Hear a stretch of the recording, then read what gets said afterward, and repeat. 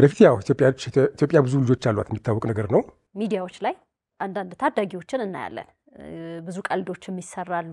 ለኛ በጣም ይርቅብናልና እነዚህ ልጆች በዚህ እድሜያቸው ያወቁትን ነገር እኛ ይሄን ሁሉ አመት ኖረን አናቀውም። የሚገርም ነገር ነው። ደግሞ በቀረቤታም ስለማቃቸው አንዳንድ ጊዜ ርቅቅ ያለ ነገር ለምሳሌ በሳይንሱ ዓለም ጂኒየስ የሚባል ሰው አንስታይን ነው አይደል? አልበርት አንስታይን ነው። አንዳንድ ጥቆማዎች ሲመጡ መነቃቃቱ ይታያል። ላይቭ ሲተላለፈው በጣም ብዙ ሰው ነበር ቀደም ያለውን ክስተት ስናይ የነበረውና ግን መሰረታዊ ዕውቀት ስለሌለን እንደ ፊልም ነው የምናየው። ጻፈው 2007 ላይ ነው። አሁን ይሄን ጉዳይ ልታነሳ ፈለግ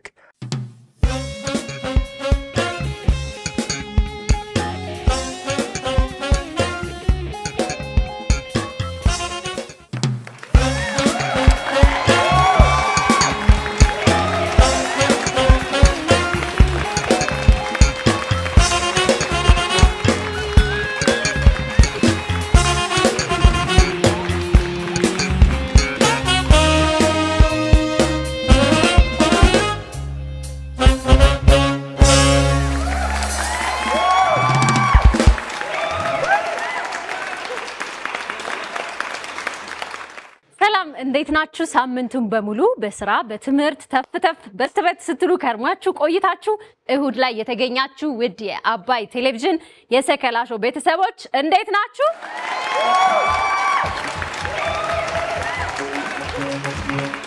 ራኬብ አለማየሁ ነኝ። ቆይታ ከኔ ጋር ታደርጋላችሁ። እንደተለመደው ሞቅ ያሉ የሚያዝናኑም የሚያጫውቱም ቁም ነገር ያላቸውም ነገሮች ወደ እናንተ ይደርሳሉ። እሁድ ምሽት 1 ሰዓት ተኩል ላይ በአባይ ቴሌቪዥን ላይ ከተገኛችሁ የሰከላ ሾውን ትከታተላላችሁ። ከሰሞኑን አንድ ነገር አየሁና ወደ ሀገር አሜሪካ ነው አንድ ዜና አየሁና የኛን የልጅነት ጊዜ አስታወስኩኝ።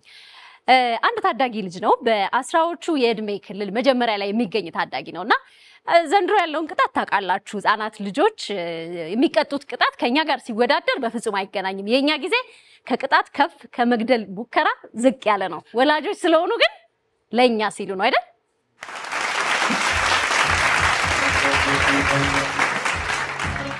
እናመሰግናቸዋለን በጣም። ይሄ በመሆኑ ስነ ምግባር ያለን ትውልዶች ነን ብዬ አስባለሁ።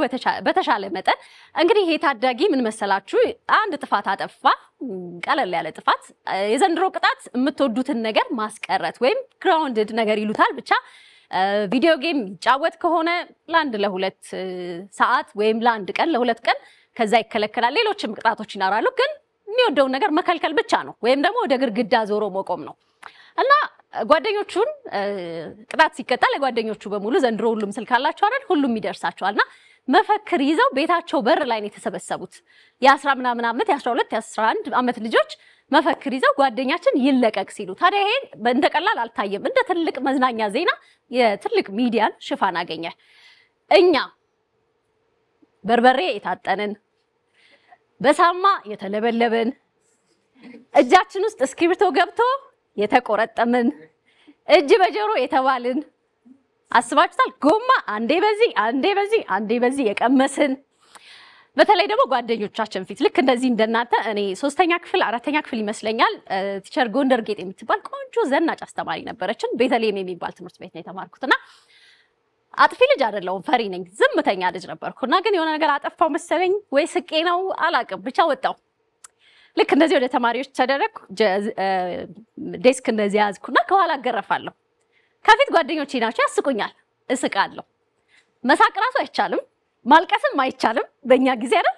እስኪ አንድ እንባ አንድ ድምጽ ታወጣና ግን የሚገርም ዱላ። ለማንኛውም ግን በጣም አዝናኝ ጊዜ አዝናኝ የልጅነት ዘመን አሳልፈናል፣ ተቀተን አድገናል።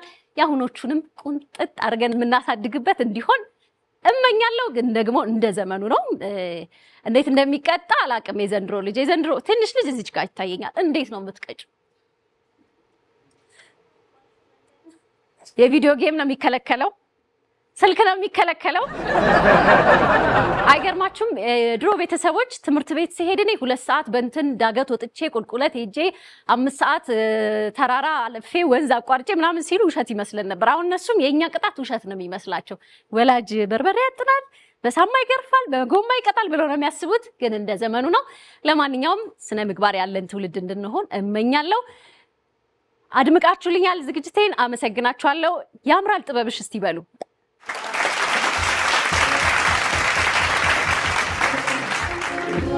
ድምጽ የሚሞክር ሰው የለም? የንዋይ ደበበን እስቲ አብራችሁኝ። ያምራል ጥበብሽ እቲ ያምራል ጥበብሽ ያምራል ጥበብሽ እቲ ያምራል ጥበብሽ የመቀነትሽ ያግዘኝ የለም። ለማንኛውም የዩኒቲ ባንድ ድምጹን ለነሱ ትቻለው። እንደዚህ ያሳመረኝን የዮናስ ጥበብ ቦሌ መድኃኒዓለም አለምነሽ ፕላዛ አንደኛ ፍሎር 108 ላይ ሄድ ብላችሁ ጎብኙልኝ። ያምርባችኋል።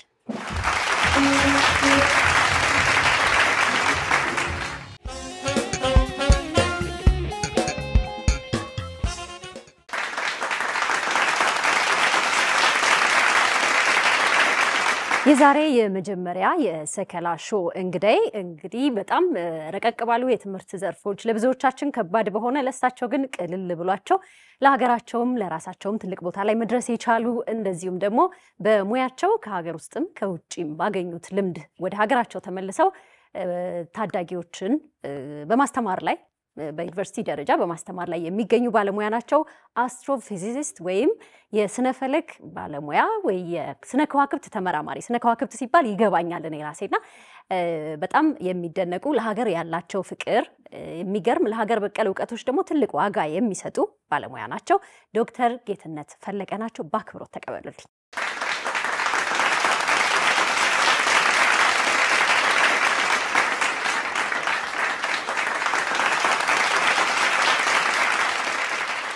ፊዚክስ ላይ እንዴት ናችሁ? እንኳን ደህና መጡ። እንኳን ስለመጣችሁ። ፊዚክስ ሲባል የኔ እውቀት የት ጋር እንደቀረ ማሰብ ራሱ ያቅተኛል። ብዙ ጊዜ ኤስአይ ዩኒት ላይ ነው የቆመው የኔ እውቀት እል ነበረ።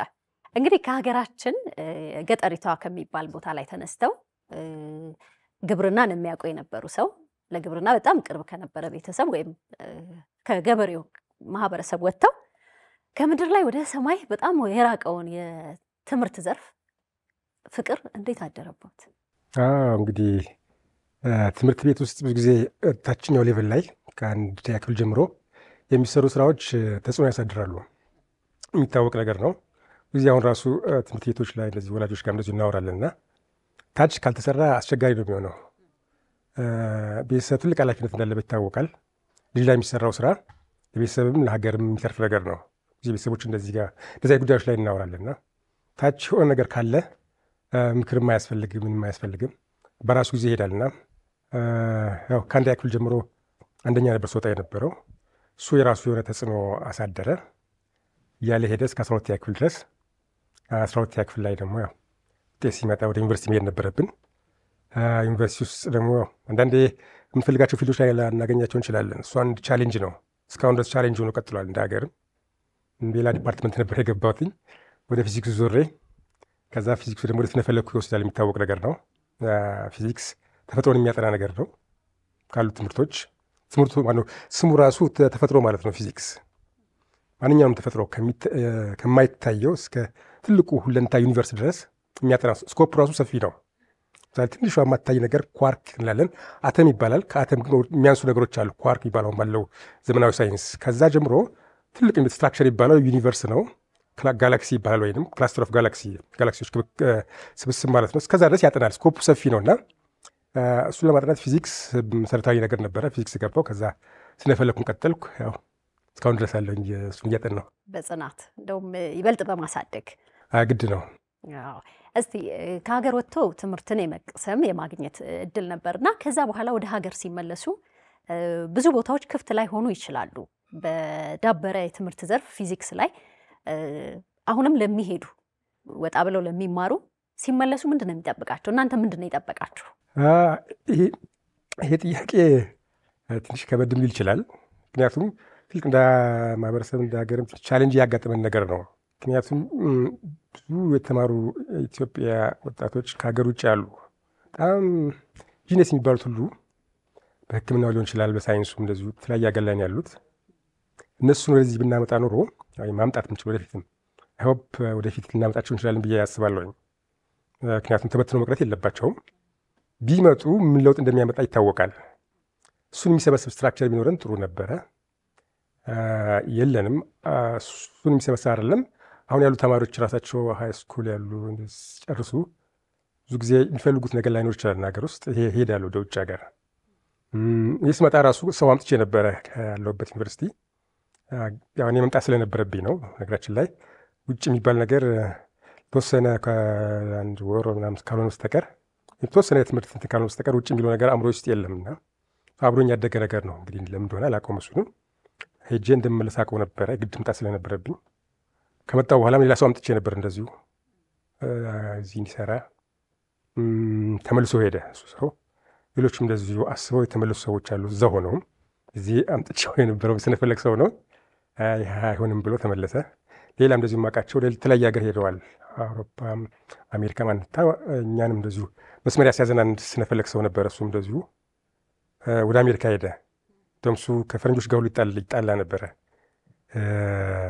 አመፀኛ ነው ፈረንጅ። አጋጣሚ ሆኖ አይወድም ፈረንጆች ጋር የሆነ ፈረንጆችን አይወድም እና ብዙ ጊዜ ይደባደባል ሁሉ። አሁን ያልተለመደ ነገር ነው ከእነሱ ጋር ሆኖ ከፈረንጅ ጋር መደባደብ ትንሽ ስትሬንጅ የሆነ ነገር ነው። አንዴ እንደውም ከሰሱትና ፍርድ ቤቱ ግን ለሱ ወሰንለት። ደስ የሚለው ነገር በኋላ ፈራ። አንዳንዴ ፍርድ ቤት እንትን ብሎ የሚሆነው አይታወቅምና ሌላ ሰው ሀገር ነው ያለው። ያን ሀገር ወጥቶ ለቆ ሌላ ሀገር ላይ ሄደ የግድ ስለሆነ ማለት ነው። እና ወደ ሀገር ቢመጣ ጥሩ ነበረ። ግን እዚህ ሀገር ውስጥ ማዘጋጀት ነበረን። ብዙ ነገር ነበረ አላዘጋጀናቸው። እንኳን ከዛ መጥቶ አይደለም አሁን እዚህ ላሉትም እያዘጋጀን አይደለም። አንድ ጥሩ ምሳሌ የሚሆነው በዚህ ሳምንት ውስጥ አንድ ልጅ ወደ ካናዳ ሄዷል። 12ኛ ክፍል ተማሪ ነው። በእኛ እንትን ብዙ ጊዜ ሳይንስ ላይ ብዙ በጣም ጂነስ የሆነ ልጅ ነው። ጠሩት፣ ሄደ። ማድረግ አይቻልም። መጥቶ እንደው ባለፈው ሳምንት አንድ ሳምንት ሆኖታል። ሳተላይት የሚገርም ነገር ነው የሰራው። በጣም የሚገርም ነገር ሰርቷል። በጣም ደስ አለኝ ያ ነገር። ወደፊት ያው ኢትዮጵያ ብዙ ልጆች አሏት፣ የሚታወቅ ነገር ነው። ሳተላይቱን ስትራክቸር ኢቭን እንትን ድረሱ ነዳጁ እንዴት ከውሃ ሃይድሮጅንና ኦክሲጅኑን ለይቶ ነዳጅ እንዴት እንደሚሰራ ሌሎችንም እንደዚሁ ሰርቶ የሚገርም ነገር ነው። ሮቦት ሁሉ አለው። እሱ ሰርቶ አሳየኝ። ግን ያው እንደሚሄድም እያወቀ ነው በኋላ ነገር ነገሩ። እንደዛ ባይሆን ጥሩ ነበረ። ውጭ ሄደን ተመልሰን ብዙ ነገሮች መስራት ብንችል ለሀገራችን ጥሩ ነበር። አይሆፕ ወደፊት ይኖራል ብዬ አስባለሁ። ከቅርብ ዓመታት ወዲህ በሚዲያዎች ላይ አንዳንድ ታዳጊዎችን እናያለን። ብዙ ቀልዶችም ይሰራሉ። ለእኛ በጣም ይርቅብናልና እነዚህ ልጆች በዚህ እድሜያቸው ያወቁትን ነገር እኛ ይህን ሁሉ ዓመት ኖረን አናውቀውም የሚል ነገሮች በጣም ይቀለዳሉ። በቃ ከቤት ተባረርኩ ዛሬ ይሄን አይተው አባቴ አንተ የት ነበር ካለኝ እነዚህ እያለ ብዙ ቀልዶች እናያለና በጣም ተስፋ ያላቸው ልጆች አሉ። በመካከል ላይ ግን የጄኔሬሽን ጋፕ ወይም የትውልድ ክፍተት ያለ ይመስለኛል በዚህ ዘርፍ። እናንተ ምን አስተዋላችሁ? ተስፋው የት ጋ ነው? አዎ ይህም አንዱ ሁልጊዜ እናስበውና በተወሰነ መልኩ የሚያስጨንቀን ነገር ነው። ትውልዱ በተወሰነ መልኩ እየተነሳ ነው ማለት እንችላለን። በሌላ መልኩ ደግሞ ትንሽ ግራ የሚያጋባ ነገር እናያለን። ለምሳሌ ዩኒቨርሲቲ ውስጥ አስተምራለሁ። ትልቅ ሰዎች ናቸው የሚማሩት። እዛ አካባቢ 12ኛ ክፍል ላይ የምናየው እንትን ውጤታቸውን ዛዛ ላይ ትንሽ አንዳንዴ ተስፋ የሚያስቆርጥ ነገር ነው ያለው። ምንድነው እሱ ሉዝ ያደረግ ነው። አንዳንዴ ራሴንም ሞቅሳለሁ። እኔ ያላልኩት ነገር አለ ወይ እያልኩኝ ማለት ነው። ምክንያቱም የዚህ ኢፌክት እንደ ሀገር የሚጎዳን ነገር ነው። እኔንም ይጎዳኛል ማለት ነው። ሀገር ከተጎዳሽ እኔ መጎዳት አይቀርም እና እኔ ምን ኮንትሪቢዩት አድርጋለሁ፣ ምንድን ነበር ሉዝ ያደረግኩት የሚለውን ሁሉ ቫሉዌት አደርጋለሁ። ለሀገር ቅድም እንዳልኩሽ ሀገር ማገልገል አለብኝ ብዬ ወስኜበት የመጣሁት ጉዳይ ነው እና የግድ ነው እሱን እሰራለሁኝ። ግን ትንሽ ወርታች እየሄደ ያለ ነገር አለ። ትንሽ ተስፋ የሚኖረን ልጆቹ ላይ የምናያቸው ነገሮች የሚገርም ነገር ነው። አንዳንደኛ በቅርበትም ስለምንላቸው ልጆች አንዳንዴ በእኛ ፕሮግራም እንደዚሁ ልጆች በጣም ወደ ላይ ሄደው ነበር፣ ወደ ህዋው ሳይንስ ገብተዋል እና እነሱን ስናይ እንዳልሹም አንዳንድ አሁን ሰሞኑን ራሱ ብዙ ቀልዶች እንደዚህ ይወጡ ነበርና እሱንም እያየው ልጆች ተነቃቅተዋል። አሁን ባለው እንትን ታች ያሉት ተነቃቅተዋል፣ ላይ ያሉት ዛር ሎስት ግራ የሚያጋባ ነገር አለ። እሱ ላይ መስራት ካልቻልን አይ ቲንክ ኢፌክቱ አሁን ላይሆን ይችላል። ከ1 ከ10 ከ20 ከ30 ዓመት በኋላ ጉዳቱ ሊታየን ይችላል። እርግጥ ከ10 15 ዓመት በፊት የነበረው የሆነ ትምህርት ላይ የነበረው ነገር አሁን ላይ ኢፌክቱ ታይቶ ነበረ። የሪሰርቾችም እንደሚያሳዩት ነገር ነው። የተለያየ ጊዜ ላይ ተናግሬያለሁ ይህን ጉዳይ። ታች የሚሰራው ስራ 12ኛ ክፍል ላይ ለውንትን ያመጣል፣ ስለዚህ ከታች ጀምረ መስራት ያለብን ነገር አለ ማለት ነው። እንዳልሽው ልጆች በጣም በፍጥነት እየሄዱ ነው። ኢትዮጵያ ህጻናት፣ ኢትዮጵያ ልጆች ጥሩ ደረጃ ላይ ነው ያሉት። ምናልባት እኛ ያላስተካከልነው ነገር ሊኖር ይችላል። ተቋማት በተለይ የተለያየ ተቋማት ያስፈልጋሉ። ሁሉም ተማሪ በአንድ እንትን ውስጥ አይሄድም፣ እንትኑም አይፈቅድም። አንዳንድ ተማሪ ይፈጥናል እና አይ ብለን አንድ ዓመት ሙሉ አንድ ክፍል ውስጥ የምናቆየው ከሆነ ይህ ልጅ ይታመማል። የሪሰርቹ ሳይኮሎጂ ሌላ እንትኖች የሚያሳዩት እሱን ነው። ሌላ ዓለም ላይ የተለመደ ነገር ነው። ለምሳሌ ታለንትድ ጊፍትድ ተብሎ እንደ ፍጥነታቸው ይሄዳሉ። አክስለሬትድ ይባላል ወይም ሆሪዞንታል፣ በአንዴ ብዙ ነገር መርዳት ስለሚችሉ ብዙ ነገር በአንዴ እንዲያነቡ ይደረጋል። ካልሆነ ግን በዛ ፍጥነት ወደፊት እንዲሄዱ ይደረጋል። ይህ ስርዓት ቢኖር ጥሩ ነበር እኛ ሀገር። ምክንያቱም ብዙ ነገሮች እኛ ከህፃናት ጋር ብዙ ኮምፕሊኬት እናደርጋለን። ዴይሊ ነው ኮምፕሊኬት የምናደርገው። እሱ ቢኖር ጥሩ ነበረ። ለምሳሌ አንድ ጥሩ ምሳሌ የሚሆነው አንድ ልጅ 11ኛ ክፍል እየተማረ በእኛ እንትን ላይ ያቀረብነው ልጅ ነው እና አሜሪካኖች ጠሩት። እዛ ሄዶ 11ኛ ክፍል ነው ሄዶ ግን 11ኛ ክፍል የተለያየ ክንትን ያለው እንደ ፍጥነቱ ሰው የተለያየ ፍጥነት ይኖረዋል። ያ ማለት ችግር ነው ማለት አይደለም። ተፈጥሯችን የተለያየ ነው። አንድ አይነት ልንሆን አንችልም። ስለዚህ በፍጥነት የሚሄደውን ልጅ በዛው ፍጥነት የሆነ ነገር ካላዘጋጀንለት ትክክል አይደለም ነው። ልጁም ይጎዳል፣ ቤተሰብ ይጎዳል፣ ሀገርም ትጎዳለች። ይሄ የካሪኩለም ጉዳይ እንደዚህ አይነት ነገሮች ልጆች ላይ የሚሰራው ነገር ትምህርት ሴክተር ላይ የሚሰራው ነገር ወይ ሀገር ይለውጣል ወይ ሀገር ያጠፋል። ትክክል አይሆንም። ስለዚህ ኢትዮጵያኖች እንግዲህ እኔ በህፃናቱ ላይ ማይቸዋለሁ። አንዳንድ ጊዜ ከአቅሜ በላይም ስለሆኑብኝ ነው። የሚገርም ነገር ነው። ደግሞ በቀረቤታም ስለማውቃቸው አንዳንድ ጊዜ ርቅቅ ያለ ነገር ለምሳሌ በሳይንሱ ዓለም ጂኒየስ የሚባል ሰው አንስታይን ነው አይደለም? አልበርት አንስታይን ነው። የሆነ ጊዜ ላይ የእሱን ኢኩዌዥን አቀርባለሁ። ስምንተኛ ክፍል እያለ ነው ልጁ። የእሱን ኢኩዌዥን አቀርባለሁ አለ። የእኛ መጽሐፍ ምረቃ ነበርና አይ ዝም ብለህ ነው አልኩት። አይ አቀርባለሁ አለ። እንደውም 3 ነን አሉ። ማየት ስለነበረብኝ እሱን ለማየት ሞከርኩ። እኛ ዩኒቨርሲቲ ውስጥ በብዛት ማስተርስ ደረጃ እንደዚህ እና ፒኤችዲ ደረጃም እናስተምረዋለን። እነሱ አልበርት አንስታይን ብዙ እንትኖችን የሰራው የሚታወቅ እንትን ነው። ኢኩዌዥኖቹ በብዛት አንዱ የእሱን መጽሐፍ ብታይ ለምሳሌ አንዳንድ መጽሐፍት ፊደል ራሱ የላቸውም፣ ቁጥር ብቻ ነው ያላቸው እና የፊልድ ኢኩዌዥንስ ይባላሉ በሳይንሱ። ጀነራል በጠቅላላ አንጻራዊነት ይባላል። አንስታይን የሚታወቀው በዛ እንትን ነው ነገሩ።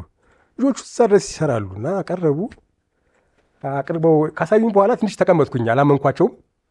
ትንሽ ኮንፊውዝም ሆንኩኝ። ኮንፊውዝ ሆንኩት አክቹዋሊ ደስም ስላለኝ ነው። ደስ አለኝ። ሁለት እነዚህ ልጆች ሲጨርሱ የት ነው የሚሄዱት የሚለውም እንደዚሁ ያሳስባል። ልጆች ላይ ስለምንሰራ ስለሚያሳስበን፣ የትውልዱ የአገር ጉዳይ ስለሚያሳስበን እዚህ ጋር ደስ አለኝ፣ እዛ ጋር ደግሞ ምንድነው የሚሆኑት የሚለውን ነገር በጣም እርግጥ እያየሁትም ስለሆነ ነው። ብዙ ልጆች 12ኛ ክፍል ላይ ከደረሱ በኋላ በጣም እንትን ይሆናሉ። በጣም ሞራላቸው ይነካል። ምክንያቱም የሚፈልጉት ነገር አለ። በጣም አድቫንስድ ይሆናል። ልጆቹ በጣም ፈጣኖች ናቸው። ለምሳሌ እኔ ሮኬት ማምጠቂያ ነገር መስራት ፈልጋለሁ ይላል፣ ወይም ሌላ ሳተላይት ነገር ዲዛይን ማድረግ ፈልጋለሁ እዚህ ጋር ይሄ እንትን ይላል። እኛ ጋር የለንም። ስለዚህ ውጭ መላክ አሁን በተወሰነ መልኩ ጥሩ ደረጃ ላይ ያለን ይመስለኛል። በተወሰነ መልኩ አለ፣ ግን በዲግሪ ደረጃ ለምሳሌ ቢኖር ጥሩ ነው። ስነፈለኩ በዲግሪ ደረጃ የለንም። ግድ ማስተር ልጆች ስነፈለክ መማር እንፈልጋለን ይላሉ። ለምሳሌ የለንም በዲግሪ ደረጃ። ከ5 ከ7 ዓመት በፊት አንድ ስራዎችን ሰርተን ነበር፣ እስካሁን ተግባራዊ አላደረግንም። ስለዚህ እንደ ሀገር የሚጠቅመን የትኛው ነው፣ የማይጠቅመን የትኛው ነው፣ ልጆቻችን ምን ይፈልጋሉ፣ ሀገራችን ምን ትፈልጋለች የሚለውን ነገር ዲዛይን ብናደርግ ጥሩ ነበረ። ልጆቹ በጣም የሚገርም ደስ የሚል ከአቅም በላይ የሆኑ ከፈረንጅ የሚበልጡ ሁሉ ልጆች እንዳሉ አክቹዋሊ ፈረንጅ ጥቁር እንትን ማለት ነው ማለት አይደለም። የሰው ልጅ ሁሉ ከተጠቀምበት እኩል ፖቴንሻል እንዳለው ይታወቃል። እሱ እንግዲህ ወደፊት አይ ቲንክ የሁላችንም አሳይመንት ነው ብዬ አስባለሁ። ይመስለኛል። ጥሩ ተስፋ እያየንባቸው ነው። ሁላችንም ተረባርበን ከፍ ልናደርጋቸው ይገባል። የሚመለከተው አካል ደግሞ እዚህ ላይ መስራት አለበት። ሀገር በቀል እውቀቶችና ስነፈለክ ያላቸው ትስስር እንግዲህ ሀገር በቀል ስነፈለክ ኢትዮጵያ ለስነፈለክ አዲስ አይደለችም። እንደሚታወቀው ወደ ኋላ 7,000 8,000 እንኳን አልሞላም። አሁን 8,000 ላይ ያለ ነው። 7,518 ብለን እንወስድ እንችላለን። በዓመት አለም ከወሰድን 8,000 ማለት ነው። 7,000 ከገባ ጀምሮ 8,000 ተብሎ ስለሚወሰድ ነው። ኢትዮጵያ ለስነፈለክ አዲስ አይደለችም። አውሮፓም አሜሪካም ሌሎችም ሀገሮች ምንም ባልሆንበት ሰዓት ኢትዮጵያ ላይ ስነፈለክ ነበረ፣ ስልጣኔ ነበረ። የከዋክብትን አገባብ የወጣት የፀሐይን የጨረቃ እንደዚሁ ትል ነበር። ዶክመንታችን የሚያሳየው እሱን ነው። ጥሩ ምሳሌ የሚሆነው የራሳችን የሆነ ዘመን አቆጣጠር አለን። ጊዜን እንቀምራለን። የራሳችን ጊዜ ፍልስፍና እንዳለን ይታወቃል። የሚገርም ነገር ነው። አንዳንዴ ሰዎች ይጠይቃሉ ኢትዮጵያ ስነፈለክ ነበራት የሚለው ብንጠየቅ ይሄ ካሌንደር ከየት መጣ? ምክንያቱም ስለ ከዋክብት ሳናቅ፣ ስለ ፀሐይ ሳናቅ፣ ስለ ጨረቃ ሳናቅ የራሳችን ካሌንደር ሊኖረን አይችልም። ጊዜን ለመስፈር ከዋክብትን መጠቀም እንችላለን። ለምሳሌ ጨረቃ መጠቀም እንችላለን፣ ፀሐይን መጠቀም፣ ሶስቱም ጊዜን ለመስፈሪያ የምንጠቀምባቸው ነገሮች ናቸው። እኛ ግን በአጋጣሚ ሶስቱም አለ። ዋናው ካሌንደራችን የፀሐይ ካሌንደር ቢሆንም እንትኑ ግን አለ። የስነ ፈለክ እውቀቱም እንደዚሁ አለ።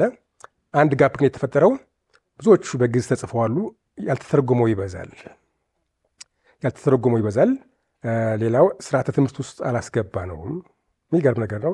ከ1 እስከ 12 ያለውን እኔ ቫሉዌት አድርጌዋለሁኝ የሀገር በቀል ላይ ቀጥታም ስለሚመለከተኝ ብዬ ከ1 እስከ 12 ዩኒቨርሲቲ ውስጥ ያለውን በተወሰነ መልኩ አየዋለሁ። በጣም ብዙ መግባት ያለባቸው ነገሮች አልገቡም። ስርዓተ ትምህርት ውስጥ ካላስገባን ከላይ ዩኒቨርሲቲ ውስጥ መጠበቅ አንችልም። ግልጽ የሆነ ነገር ነው። ከታች ጀምረን በሚፈለገው አገሪቷ የምትፈልጋለች እውቀት አላት እያለን ማስገባት መቻል አለብን።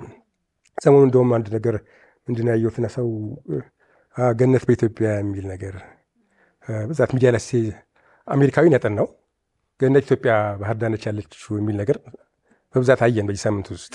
በጣም ዲስአፖይንቲንግ ቢሆን ነገር አለ። በነገራችን ላይ አገር በቀል ስንል ብዙዎቹ መረጃ ይሄ እንደዚህ አይነት ተረት ተረት ለምንድን ነው የማታዩት ይላል በብዛት ያየሁት ተረት ተረት የሚል።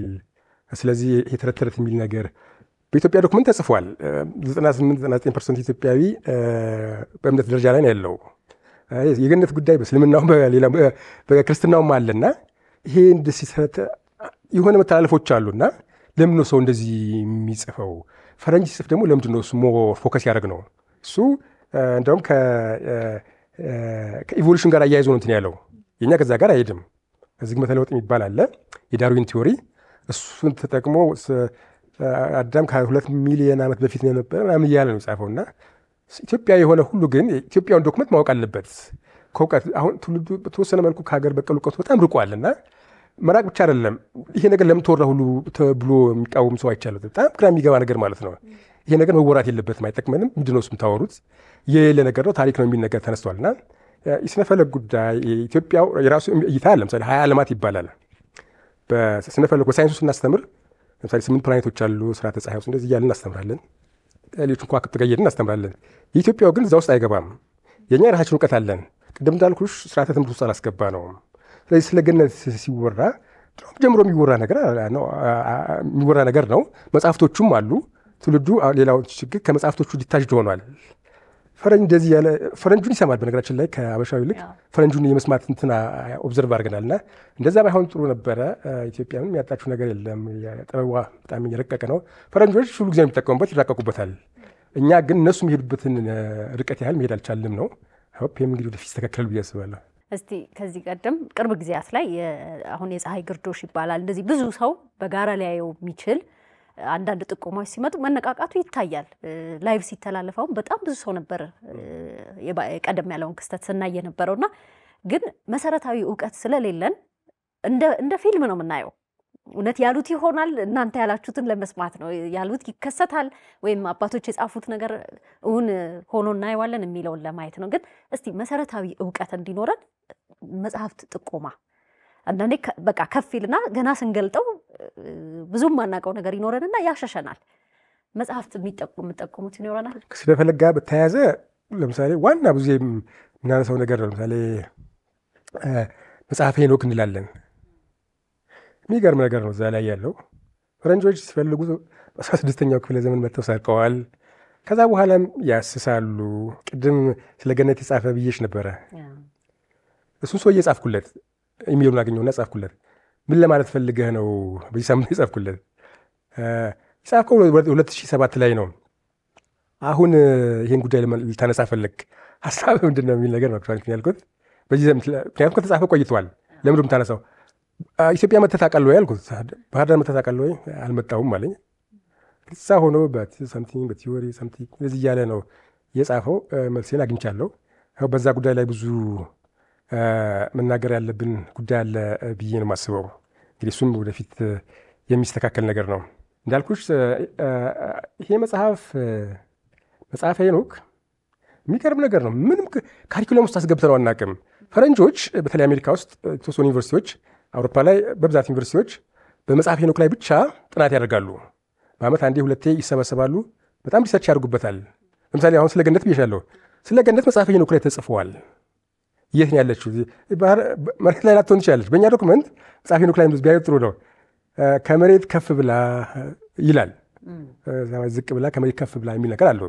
ስለዚህ ሰዎች ምድር ላይ አንዳንዴ መንፈሳዊ ነገሮችን በስጋዊ እንትን ለማየት ትሞክራለና የማይሆን ነገር ነው። መጽሐፍቶቻችን ላይ አለ። መጽሐፈ ሄኖክ ብዬሻለሁ፣ ቅድመ አክሲማሮስ ብዬሻለሁ። ለምሳሌ እነዚህ ቤዚክ የሆኑ ነገሮች ናቸው። ዲቴል አለ። ኢቨን አዳምና ሔዋን ምን ገጠማቸው የሚለውን ነገር ለብዙ ሰው ገድለ አዳም ቢያነቡ ጥሩ ነው ብዬሻለሁ። እንግዲህ ሔዋን እናታችን ነች፣ አዳም አባታችን ነው። ቀዳሚ ሰዎች ናቸው ለዚች ፕላኔታችን ለመሬት ማለት ነው። ምን አይነት ህይወት አሳለፉ የሚለው ዲቴል ተጽፏል። እዚህ የሚገርም ነገር ነው። ኢቭን ከገነት ሲባረሩ ጨለማን አያውቁትም ነበርና አንዳንዴ እንደ ፊክሽን ነው ራሱ ማነበው፣ ሪያሊቲ የሆነ ነገር ነው። በኛ በኢትዮጵያ እንትን ምናምንበት መጽሐፍ ነው እና ጨለማና ከዛ ሲወጡ፣ ምክንያቱም ገነት ሁልጊዜ ብርሃን ነች፣ የሚታወቅ ነገር ነው። ወደ መሬት ሲመጡ ጨለማ፣ በጣም ያለቅሳሉ፣ ወደ እግዚአብሔር እንትን ይላሉ እያለ ዲቴል ጽፏል። ስለነሱ ስለደረጉት ነገር ከየት ወዴት ተንቀሳቀሱ አንድ መጽሐፍ ሙሉ ማለት ነው። የተለያዩ መጽሐፍቶች ናቸው እና ስነ ፈለክን በተመለከተ እነዚህም ቢያነቡ ጥሩ ነው። ከዛ ውጭ ብዙ እንትኖች አሉ። ሀሳበ ብርሃን የሚል ወደ 10 መጽሐፍት እኛ መጽሐፍ ላይ በነገራችን ላይ ሊስት አድርገነዋል። እነዚህ መጽሐፍቶች ማለት ነው። እዛ ላይ አንድሮሜዳ የሚለው መጽሐፍ ላይ ማለት ነው ወደ 10-15 የሚሆኑ ሊስት አድርገናል። ችግሩ ብዙ መጽሐፍቶች ተተርጉሞ አልቀረቡም። ቅድም እንዳልኩሽ ነው፣ አልተተረጎሙም። ፕላስ ካሪኩለም ውስጥ አልገቡም። እሱ ጋር ምን እንደያዘን አላውቅም። ችግራችን ራሱ ምን እንደሆነ አልረዳውም። ተርጓሚዎች ሊኖሩ ይገባ ነበረ። የሚመለከታቸው አካላትም ይሄን ጉዳይ የሆነ ነገር ሊያደርጉ ይገባ ነበረ። የኢትዮጵያ ጥበብ ነው፣ የኢትዮጵያ እውቀት ነው። ፈረንጆች ይህን ያህል ይመራመሩበታል። መጽሐፈ ሄኖክ ብዬሻለሁ። የሚገርም ነገር ነው። ከጥፋቷ በፊት የነበረው ታሪክ ሁሉ የሚናገር እንትን ነው። ኢትዮጵያ የመጽሐፍ እንደሆነም ይታወቃል። በብዙ መልኩ የሚታወቅ ነገር ነው እና እሱ አንድ ቤዚክ ነገር ነው። አሁን ያልኩሽ ሌሎችም እንደዚሁ በጣም ብዙ በርካታ መጽሐፍት አሉ። እነሱ ቢተረጎሙ ጥሩ ነው። ትውልዱም ግን እንደው ወደ እንትኖቹ ወደ ጥበብ ብሄር ጥሩ ነው። እንደው ሩቅ ሆኖ ኮሜንት ብቻ ሳይሆን ተረጋግቶ ትውልዱ ወደ ሀገሩ ወደ ቀልቡም ተመልሶ ኢትዮጵያዊ ጥበቦች በጣም ብዙ ናቸው። ፈረንጆች እንደዚህ የሰሩ ሰው እንዴት የማይደነግጠው ማለት ይሄ በጣም ብዙ ይመራመራሉ እና እኛ በተወሰነ መልኩ እነሱ እንትንላለን፣ እነሱ እንከተላለን። ስለኛም ሲጽፉ እነሱ እናደንቃለን። ከዛ ውጭ ግን ይህን ሁሉ ሲጽፉ እኛ ለምንድነው መጽሐፍ ያልቻልነው ብሎ እንኳን ጠይቅ አንድ ራሱን የቻለ ነገር ነውና ይሄ ነገር ወደፊት ይስተካከላል ብዬ አስባለሁ። ኢትዮጵያ መጽሐፍት ተዝቀው አያልቁም። ውጭ ሀገር ያሉት መጽሐፍት ግልጽ የሆነ ነገር ነው፣ ብዙ ጊዜ ተብሏል። ፈረንጆች ሁሉ ጊዜ ይጠቀሙበታል እስካሁን ድረስ ማለት ነው። እስካሁን ድረስ በተወሰነ መልኩ የሚሄዱት ምናምን ጦርነት ሲኖር ይወስዳሉ። በነገራችን ላይ የተወሰነ ጊዜ ጦርነት ላይ በነበርንበት ጊዜም ወስደዋቸው ለጨረታ ሲያቀርቡ አይተናል። እነሱ ጥቅሙን አውቀውታል ኦልሬዲ። እኛ እንግዳ ሆን ነው። አሁን በእውነት በጣም አሳዛኝ ነገር ነው። ተመልካች እንግዳ ዝም ብለን ለሀገራችን ባዕድ ገነት ሲል የሆነ እንደ እንግዳ ይባስ ብሎ ደግሞ ተቃዋሚ እንሆናለን እና ያ ባይሆን ጥሩ ነው። ትውልዱ ቢነቃና እንደው ወደ ራሱ ወደ ቀልቡ ቢመለስ ጥሩ ነው ብዬ አስባለሁ። እንደ ማጠቃለያ የሚሉት ሀሳብ ካለ? እንግዲህ ሀገራችን ኢትዮጵያ ታላቅ ሀገር ነች። ታላቅ ሀገር መሆኗን እኛ ባንረዳው ፈረንጆች ይረዱታል። ቢያንስ ታላቅ መሆኗን እነሱ ስላወሩ አይደለም። ለምሳሌ ከዚህ በፊት ታቦተ ጽዮን አለች የለችም ያወሩ ነበረ። ለምን አወሩ የሚለውን ሁሉ አንዳንድ እኛ አናላይዝ እናደርገዋለን እና አሜሪካዎች ምን ፈልገው ነው? የሆነ ጊዜ ላይ ሀሪኬን ይባላል ኃይለኛ ንፋስ አለና አሜሪካን ይመታል። የሚነሳው ከራስ ደጀን ተራራ ላይ ነውና ይሄ አሁን ያለው ፕሬዚዳንት ይሄ የዚህን ሶርስ እንመታለን የሚል ነገር አንስቶ ነበረ። ብዙዎቹ ደግሞ እንትን ላይ ሚዲያ ላይ ኢትዮጵያ ራስ ደጀን እንመታለን ብሎ አሜሪካ ፕሬዚዳንት አሁን ያለው ማለት ነው፣ በፊት በነበረበት ጊዜ ማለት ነው፣ አሁን ብቻ ሳይሆን በፊት በዛ ላይ ማለት ነው ብሎ አወሩ። ይሄ ምን ማለታቸው ነው ብዬ ያገላበጥኩ። አክቹዋሊ ራስ ደጀን እንመታለው አይደለም፣ ሶርሱን እንመታለው ነው የሚለው። ራሱኑ ይሄ ሀሪኬን የሚባለው እንትን በጣም ከባድ እንትን ነው። ኦልሞስት ከ200-300 ኪሎ ሜትር እስከ 1000 ይሄዳል። እሱን በእንትን እንምታው ነው የሚለው፣ በኒኩለር ቦምብ እንምታው የሚል ነገር ነው የሚያነሳው እና እሱ ደግሞ የማይሆን ነገር ነው። ሳይንቲስቶች አርፈ ቁጭ በል ብለው ነው ያስቀመጡት። እዛ ጋር ጥሩ ነገር ነው። መሪም ይሁን ምን ቆይ ብለው እንትን ይላሉ፣ እነሱም ያዳምጣሉና እንደዛ አስቀሩት። እንደዚህ አይነት ነገሮች በእውነት ብዙ ነገሮች አሉ። ኢትዮጵያ እንዳልኩሽ ታላቅ ሀገር ነች፣ ብዙ ነገሮች አሏት። ፈረንጆች ብዙ ነገር ይመኛሉ፣ አሁንም ይመኛሉ። አንድ ሰው እንደውም ጥናት ላይ ያሳየው ፈረንጆች ኢትዮጵያ ውስጥ የሚመጡበት ምክንያት ብሎ 21 ሊስት አድርጓል መጽሐፍ ላይ 21። አሁን እኛ ሁላችን ለምሳሌ ፈረንጆች ለምን ይመጣሉ አንድ ሰው ከተጠየቀ መመለስ መቻል አለበት። ኢትዮጵያ ከሌላው በምን ትለያለች የሚለው ነገር ቢጠየቅ እስከ 100 መዘርዘር እንችላለን። ቢያንስ ግን የተወሰነ መመለስ ካልቻለን አይ በቃ ጥሩ ዲሊቨር ላይ አይደለንም ማለት ነው። እና እንደው በተቻለ መጠን ስለ ሀገራችን የሆነ ነገር ብናቅ እንደው ጥሩ ነው ብዬ ይሄ የመጨረሻ መልእክቴ ቢሆን ጥሩ ነው ብዬ አስባለሁ። እሺ ዶክተር በጣም እናመሰግናለን። እንግዲህ ከቅርብ ዓመታት በፊት ይህንን ርዕሰ ሀሳብ እንደዚህ በስፋት ራሱ ማውራት ብዙ አንችልም ነበር፣ በጋራ የምንግባባበት ነገር ስላልነበረን በቴሌቪዥን ፕሮግራሞቻችሁ በእርሶም ሌሎች ባልደረቦቻችሁ ጋር በመሆን በመጽሐፍትም ስለደረሳችሁንና ስላነቃችሁን እናመሰግናለን። ቀጣዩ ነገር ጥሩ የሚሆን ይመስለኛል። ጅምሩን በጣም እናበረታታለን። እናመሰግናለን በጣም